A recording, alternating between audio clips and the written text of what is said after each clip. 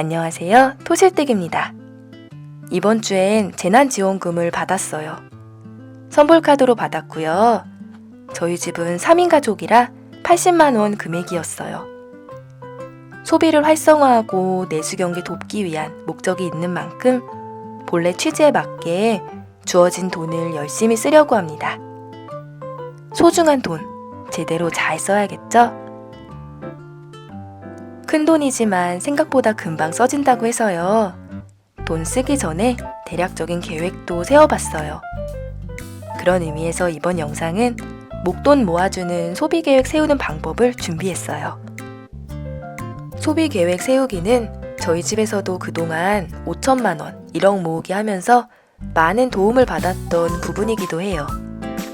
사실 평범한 월급으로 몇 년간 모아야 하는 금액인 만큼 장기적으로 계획을 세워 습관을 만드는 게 필요해요.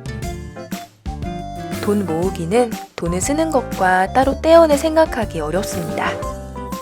돈 모으는 법을 배우려면 제대로 돈 쓰는 법부터 알고 연습해야 해요. 예를 들어 5년간 1억을 모으겠다 계획하면요. 우선 규모 있는 소비로 1년에 1,000만 원, 2,000만 원 모으기부터 시작할 수 있을 거예요. 대출을 갚는 것도 마찬가지입니다.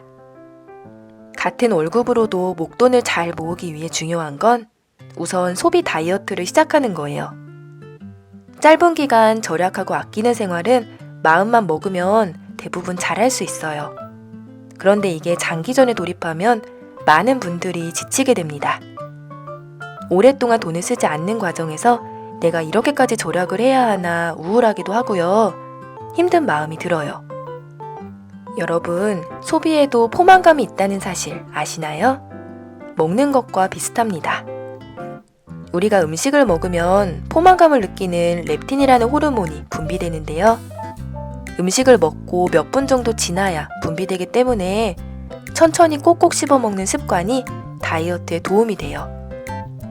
적은 양을 먹으면서도 포만감을 느끼는 좋은 방법이에요.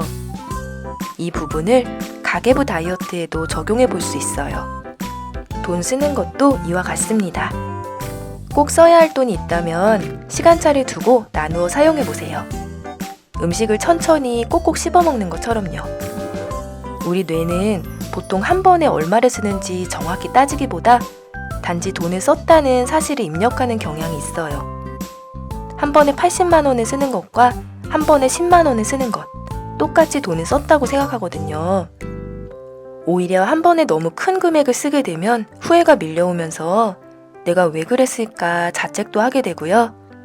그래서 저는 규모 있게 계획을 세워 일정 기간 금액을 나눠 쓰는 걸 추천드리고 싶어요. 돈을 많이 쓰지 않으면서도 포만감 있게 잘 쓰는 방법입니다. 장기적으로 목돈을 모을 때 중요한 소비 습관이에요.